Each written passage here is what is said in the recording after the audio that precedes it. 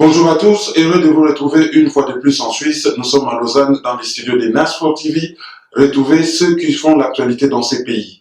Aujourd'hui, nous allons recevoir une dame qui ne se limite pas qu'à faire l'actualité. Elle aide sa communauté à avancer parce qu'elle est présidente de l'association Femmes et Intégration. Il s'agit de Madame Betty Kemba. Betty Kemba, ancienne journaliste au Congo, assistante sociale en Suisse.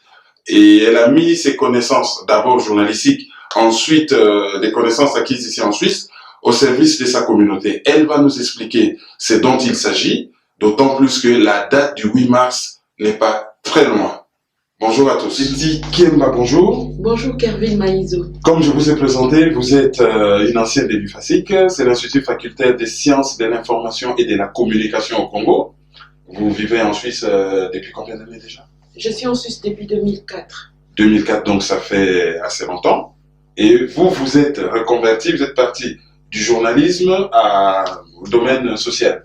Bien sûr, quand je suis arrivée ensuite, comme vous pouvez le constater, en Suisse, c'était pas facile pour moi de me reconvertir, de travailler dans les domaines de la presse parce que j'avais pas les backgrounds exigés en Suisse et j'avais pas de permis, j'avais pas les prérequis au fait pour entrer. Donc j'ai recommencé la formation, mais dans les domaines du travail social. Je finis à la Haute École du Travail Social et aujourd'hui je travaille à Caritas Genève comme assistante sociale, spécialiste du désendettement. Oui, et là vous avez des connaissances pointues lorsqu'on regarde votre parcours et votre formation. Et vous avez décidé de mettre ces connaissances au profit des femmes, parce que vous êtes déjà une femme, et de la communauté congolaise ensuite. Alors, comment ça s'est passé concrètement lorsque vous avez fini votre formation? Est-ce qu'on peut avoir, en résumé, l'épopée de votre intégration dans ce milieu? Bon, quand je suis arrivée en Suisse et quand j'ai postulé pour la Haute École du Travail Social, j'ai eu la chance que l'employeur, qui est Caritas, me propose de faire ma formation en emploi. Donc j'ai fait ma formation pendant 4 années en parallèle avec une pratique au sein des Caritas Genève.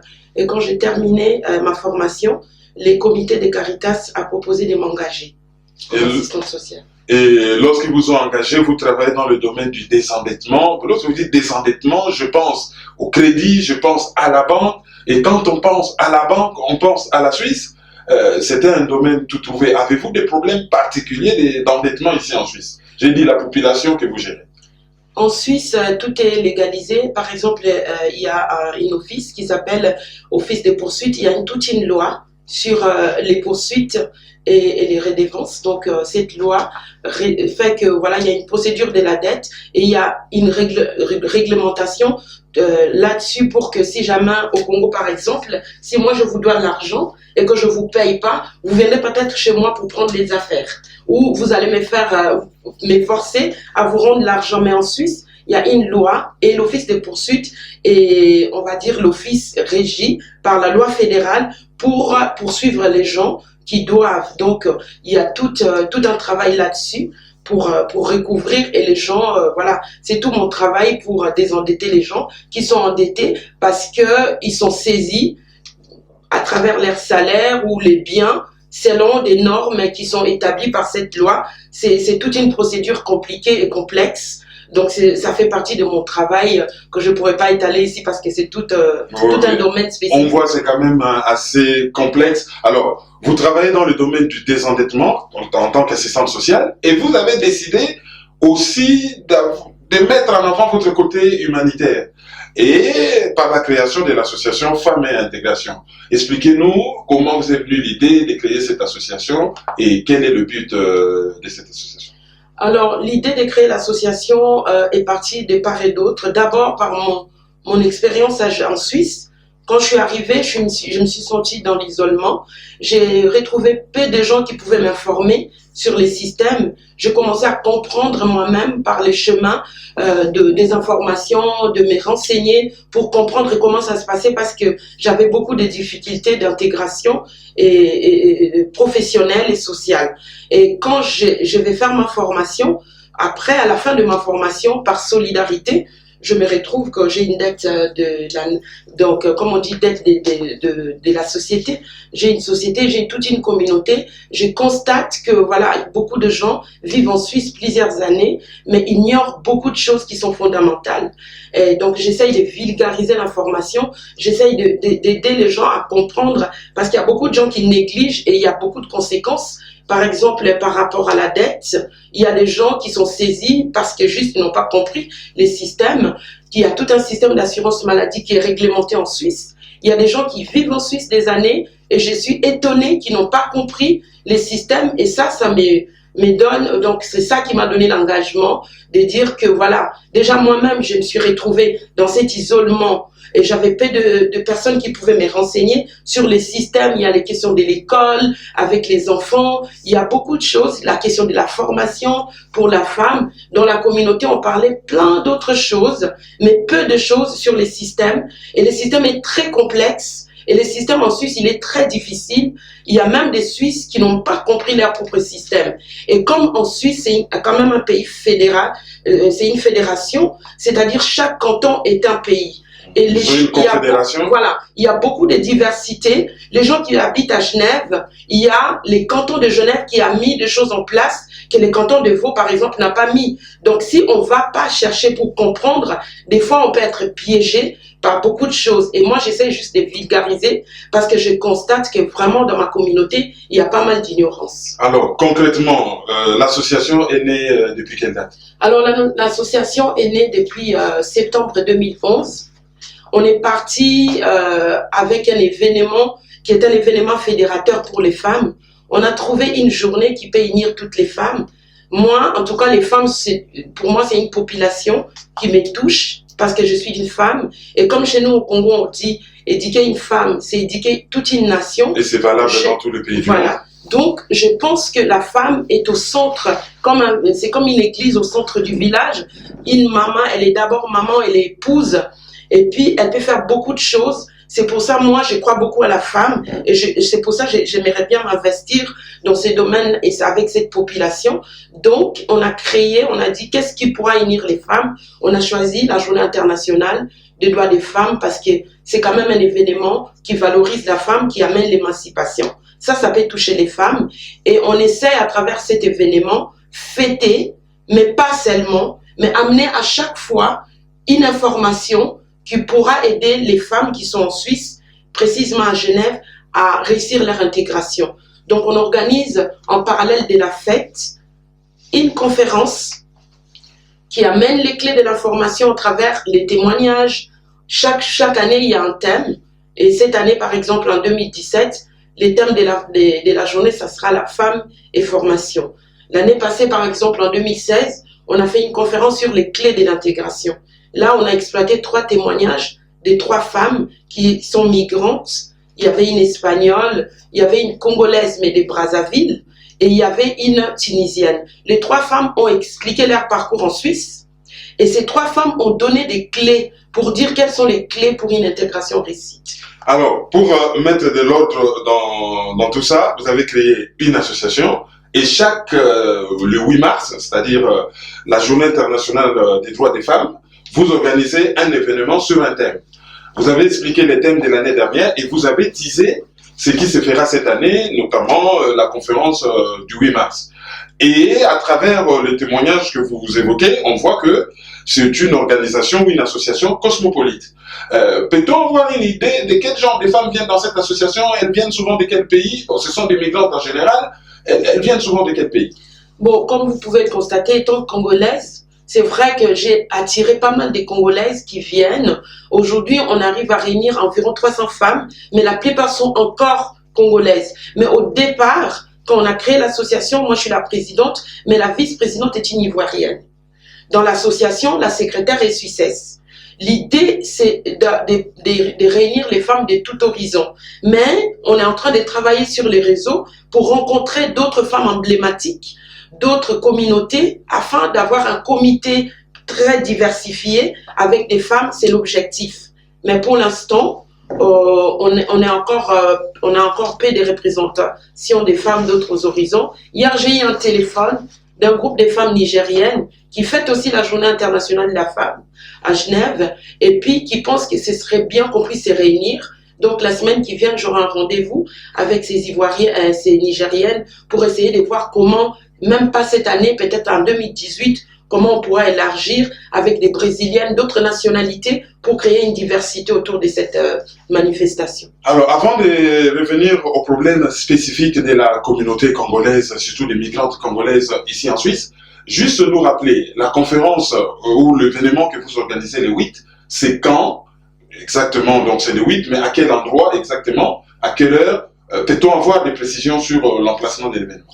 Alors, ça sera précisément le 11 mars parce qu'on fait l'événement les samedis qui vient après le 8 mars. Oui. Voilà. Cette année, en 2017, les samedis après le 8 mars tombera le 11 mars. Donc, nous allons fêter notre événement à l'hôtel Ramada à la Praille. Ça sera une soirée d'échange. Et puis là, on a invité des partenaires du terrain, c'est ceux qui travaillent avec dans la formation des femmes.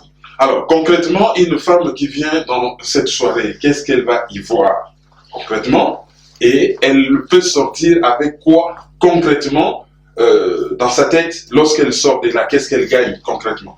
Alors, si les femmes qui vont venir à l'heure, parce qu'il y a question de, il y a tout un programme, et puis par rapport à la ponctualité des femmes, parce que on va ouvrir les portes à 17h. On aura des partenaires officiels, on a des universités populaires, on a la cité des métiers, on a le bureau de la promotion de l'égalité entre hommes et femmes. C'est quand même des personnes, des personnalités officielles. On a toutes les associations féminines qui travaillent avec les femmes, comme Camarades à Découvrir, F Information, Voix F, Apprentissage. Toutes ces associations qui sont à Genève sont invitées pour venir parler de leurs actions envers les femmes. Elles seront présentes. Les femmes qui viendront, celles qui seront pendant la présentation, celles qui seront présentes, elles pourront rencontrer les directrices de ces associations. Elles pourront rencontrer les personnalités officielles qui travaillent dans la formation, qui donnent des subventions, qui donnent des aides. Ces invités vont expliquer tous les dispositifs qui sont mis en place à Genève pour aider les femmes à se former. Maintenant, à la fin ou pendant la soirée, nous avons prévu un tirage au sort.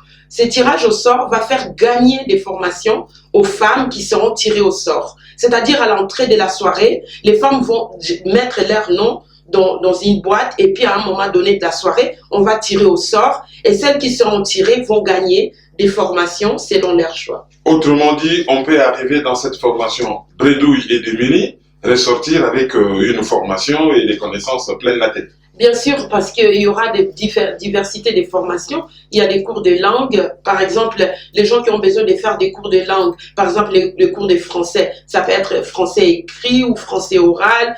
Et ça peut être des cours informatiques, ça peut être des cours de gym. Par exemple, il y aura l'école des parents qui viendra. Parce que pour les Congolaises, la formation, des fois, ça fait peur. Mais se former, il n'y a pas seulement enfin, il y a plusieurs manières de se former. La formation, on peut aussi se former pour s'alimenter. On peut se former par rapport à sa santé ou à son corps. Parce que nous, par exemple, on a des problèmes de santé par rapport à comment on s'alimente. Il y a des formations. Il y a des formations, par exemple, pour des parents. L'école des parents donne des formations pour les parents ados, les nouveaux parents. Il y a plein de formations. On peut se retrouver en difficulté parce qu'on est parent monoparental. Il y a des cours. Comment comprendre pour faire, en tant que mère seule, comment élever ses enfants? Il y a des formations, des moments où les gens peuvent discuter, où on est coaché pendant une semaine, 2 semaines, 2 mois. Il y a des cours, enfin, il y a des diversités des cours, mais il y aura tous ces partenaires pour montrer la diversité de la formation, parce que la formation, ce n'est pas seulement l'université. Voilà, on va être un peu chauvin maintenant. Parlons de la République démocratique du Congo. Quels sont les problèmes spécifiques que rencontrent les migrantes congolaises de la RDC lorsqu'elles arrivent en Suisse? Alors pour moi, je pense qu'au départ, c'est la question par rapport aux clés de l'intégration. Les Congolais, pour moi, ou les migrants congolais, et je pense, ils sont souvent entre eux. Il y a peu de mélange. Or, on ne peut pas connaître un pays dans lequel on vit si on ne se mélange pas. Par rapport à l'intégration, la définition de l'intégration, c'est quand même un processus qui implique les personnes, les nationaux et les étrangers, les gens qui viennent, et puis ceux qui habitent ici, ils doivent se mettre ensemble. C'est un lien, c'est comme un mari. Dans le mariage, il y a les deux conjoints. On ne peut pas parler du mariage s'il y a une personne. On ne peut pas parler de l'intégration s'il y a une personne, s'il y a une seule communauté. C'est un processus qui implique deux communautés ou deux personnes de différentes communautés qui se mettent ensemble et qui vont échanger leurs valeurs. Parce qu'ici, il y a des valeurs. Mais nous aussi, on vient avec nos valeurs. Mais c'est à nous de vulgariser nos valeurs. On n'est pas obligé de prendre des valeurs d'ici, mais on peut prendre ce qui est bien, mais on peut aussi apporter. Moi, je suis congolaise, mais je pense qu'à mon travail, je prends, mais je donne aussi. C'est un rendez-vous dans l'intégration, c'est un rendez-vous du donnant et du recevoir. Si on reste seul dans son coin, on va garder ce qu'on connaît, on va garder notre culture congolaise. Or, on habite en Suisse, on n'a pas totalement besoin de la culture congolaise. On a un besoin d'un peu de la culture congolaise, plus la culture d'ici, parce qu'il n'y a pas que des Congolais en Suisse. Vous voyez bien que nos enfants à l'école, ils sont avec la diversité. Dans une classe, il y a toutes les nationalités. On peut trouver dans une seule classe 5, 10, 15 nationalités. C'est-à-dire qu'on est appelé à vivre avec ces gens parce qu'on n'est pas au Congo, mais on est en Suisse et surtout à Genève, il y a la multiculturalité. Donc, on est obligé d'aller demander et voir comment les autres vivent pour que nous aussi on apporte. Alors, là, votre association est basée à Genève, donc dans les cantons de Genève, et la Suisse est une confédération. Ne pensez-vous pas qu'il serait judicieux et pas égoïste du tout d'étendre votre association dans tous les cantons en adaptant l'association selon les réalités de chaque canton. C'est-à-dire que quelqu'un qui est à Zurich, l'association travaillera par rapport aux réalités du canton de Zurich. Quelqu'un qui est à Vaud, l'association ou la succursale de l'association, il travaillera conformément aux réalités de ces cantons-là et ainsi de suite pour rendre votre action encore plus efficiente et encore un peu plus efficace. Bien sûr que ça serait l'idéal, mais c'est tout est question d'engagement. Vous savez, c'est pas simple de s'engager. Déjà, il faut travailler, il faut avoir la volonté. Dans une association, c'est une question d'engagement bénévole. Il y a besoin de structurer parce que nous, on a nos mentalités congolaises. Des fois, on pense qu'une association, c'est olé olé, c'est les musiques. Non, dans une association, on a besoin de compétences. Dans une association, on a besoin de travailler, étudier, réfléchir les thèmes qu'on veut amener, comprendre qu'est-ce qu'on veut dire par intégration et c'est quoi la femme. Parce qu'on dit femme, mais c'est tout un monde, une femme. C'est tout un monde. Il faut comprendre la femme. Il faut savoir comment travailler avec la femme. Et dans une association, il faut la structurer, il faut la hiérarchiser. Or, nous, dans nos communautés, on a un problème de hiérarchie, on a un problème de leadership, on a un problème de valider les gens. Aujourd'hui, on peut voter pour quelqu'un, demain, on les destitue. Enfin, on nie tout ce qu'on voulait derrière cette personne. C'est encore un problème, mais c'est l'idéal. Mais moi, j'aimerais bien, s'il y a des femmes qui s'engagent, les femmes qui sont engagées à militer dans une association comme celle-ci, mais qui veulent aussi travailler, qui cherchent aussi des compétences pour qu'on aille de l'avant. Donc, ce serait l'idéal. S'il faut que vous lanciez un message à la communauté congolaise qui vous écoute, surtout aux femmes congolaises, quel leur diriez-vous? Je dirais que il faut pas que les femmes congolaises qui viendront ou qui viennent ou qui nous suivent ou qui savent qu'on fête un événement annuel autour de la Journée internationale de la femme pensent qu'à la fête. On a tellement fêté au Congo, on continue à fêter, mais il faut que les femmes qui viennent ou qui voudront venir, qu'elles pensent à être ponctuelles pour qu'on prenne même un peu de temps pour réfléchir.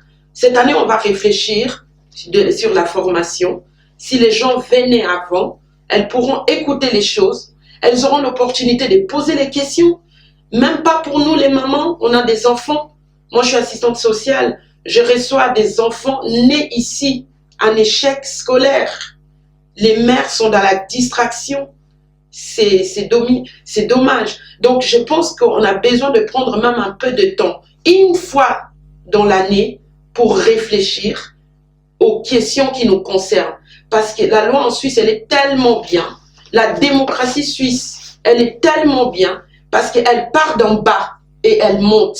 Mais si nous, d'en bas, on ne peut pas ramener nos propres questions pour débattre et ramener en haut, personne ne parlera pour nous. C'est à nous de prendre le temps de réfléchir pour comprendre quels sont nos problèmes, comment travailler pour remonter nos problèmes et réclamer nos droits. Parce qu'on vit en Suisse, on travaille, on paye des impôts, on a des droits, on a des devoirs, mais je pense qu'on peut aussi réclamer des choses pour nos vies, pour nos enfants et pour nous-mêmes. Mais pour cela, il faut comprendre la loi, il faut comprendre les mesures qui sont prises pour nous par d'autres personnes. Il faut que nous, voilà, qu'on travaille, mais c'est dans les travails que cela doit se faire. L'événement aura lieu le 11 mars à partir de 17h. C'est à l'hôtel Ramadan à la Praille. Hôtel Ramadan à la Praille, pas très loin de Genève. Et venez-y nombreux. Nous étions avec une femme forte, une femme debout, une femme engagée, une tête bien faite, mais aussi bien pleine. Betty Kiemba de l'association Femmes et Intégration, qui nous a parlé de son association, de l'événement qu'elle organise au mois de mars, c'est-à-dire le 11 mars, ici en Suisse. Venez-y nombreux. Kerwin Maïzo, Narcisse Kalamba à la réalisation, Nas4 TV à Lausanne. Merci de nous avoir suivis. C'était l'émission Échange.